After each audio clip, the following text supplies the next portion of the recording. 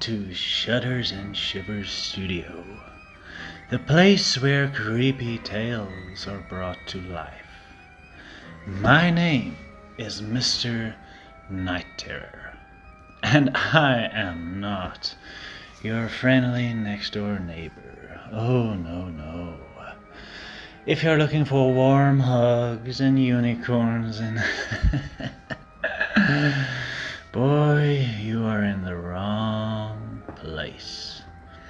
But if it's terrifying tales you hope to find, then get comfortable, because Mr. Night Terror is here to keep it creepy. Let us begin. Come, child, have a seat. Surely you have a few minutes to sit with an old woman before heading off trying to find the place where you long to go. I also got lost in these woods many times over the years. In fact, I'm very grateful you took a wrong turn at the main road and traveled down to this neck of the woods. It's been too long since someone has. Now don't worry, love. Old age isn't contagious, and I don't bite. What's that? Oh yes, my tea is an interesting color indeed. It's funny you should ask, because I was just about to tell you how I came to have this extraordinary tea. Now I see you're fighting the urge to roll your eyes, and I appreciate it, dear. To you, I'm just another old, wrinkly woman ready to share stories that carry no meaning anymore. But you see, young one, you don't realize this yet, but this remarkable tea will influence your life too. So now, get comfortable and give an old woman a few minutes of your valuable time. When I was 18 years old, my father invited me on a road trip. We enjoyed doing that, you see, hopping in the car and seeing where the open road takes us. You could still do that back in those days. Back then, the open road was welcoming and strangers were friends. Oh, how the times have changed. You simply can't take any turn or trust any stranger nowadays. We drove for what felt like days before the car broke down, close to what seemed to be some forest. The night seemed darker here, more invasive, even felt alive. We were both adventurous spirits, so we didn't care. Instead, we got out of the car and started exploring our surroundings. It wasn't until we walked deep into the forest that my pappy lost his nerve. He begged me to turn back, which was unlike him. I refused because it was as if the forest had summoned me somehow, so I had to venture deeper. But being a good father, he refused to leave my side.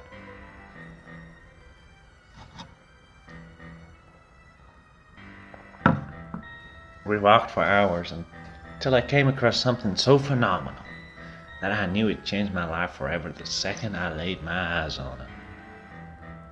In the middle of this forest stood a tree.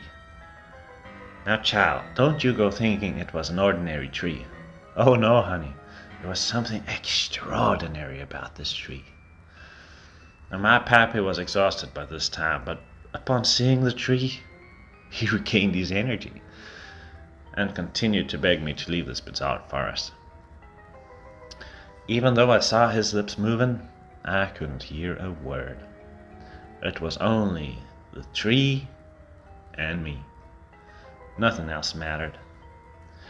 I reached up to touch his leaves and heard my pappy screaming in the shadows. I took only one leaf now, child. I swear, I ain't no liar. I wrapped it up in my handkerchief and placed it carefully in my pocket. When we got home, I showed my mother and my brother. They seemed confused by this strange treasure and my father's erratic behavior. Now, I made tea from the leaf, and of course, since it was only a single leaf, there wasn't much tea to be gained from it. Regardless, I brewed a cup of tea and I had the same reaction you had when I saw the color of the liquid. There's nothing quite like it. That was until I had my first sip of the warm tea. After that, I felt more alive than ever. My pappy went to bed early that night complaining of stomachache. Now, I've told you before, sweet child, that I don't twist the truth. And so, on my pappy's grave the following day, the bowl that I'd used to brew the tea the night before was full of spectacular tree leaves. It was so full, in fact, that it was overflowing. Even though I could make no sense of how it came to be, it was the most beautiful thing I had ever seen, and it brought tears to my eyes. After that, I continued to drink the tea daily. I felt stronger, more beautiful, and smarter than ever before. Yes, the tea gives. Indeed it does. But it also takes. Father was the first to pay. His body was so consumed with cancer by the end that the tea was the only thing that could give me comforts. The night he screamed for hours. Mama went not long after. Old age took her. You see, a funny thing dying of old age at 38 years young. Doctors said they hadn't ever seen anything like it. By the end, her fingers were riddled with warts, and her skin looked like it belonged to some swamp reptile, not my mother. We found her one early morning, stone cold. Her eyes rolled back in her head, and her lips have shriveled up to some small crisps. It's a good thing I had my tea to keep me sane through those days.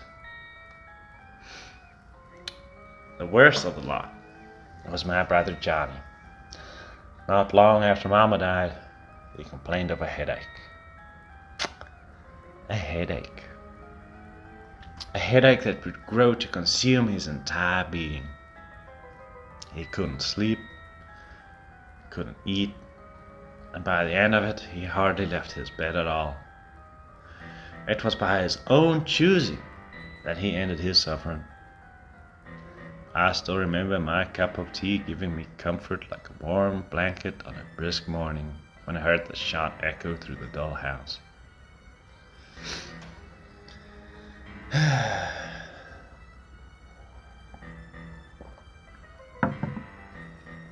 And now, it's you and me, child. No, there's no need to panic. It's much too late for that, you see. Our fates have already been intertwined. Now, while listening to my story, you noticed it, didn't you, sweet child? I've been regaining my youth with every sip of this astonishing liquid. And remarkably so, I can see your life slipping away by the second.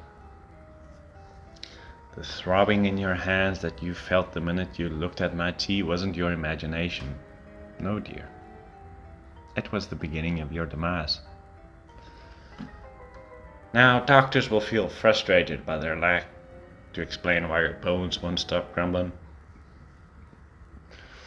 There will be nothing they can do to prevent your rib cage from collapsing and puncturing your lungs.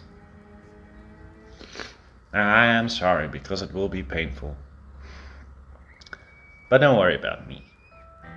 I'll have my tea and all the comfort I need.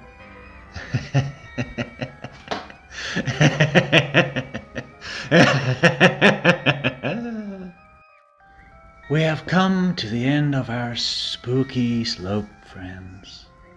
Join me, Mr. Night Terror, again next time for more chilling tales. Let's face it, life is so much better if you have a few shivers running down your spine. Sweet dreams, daredevils.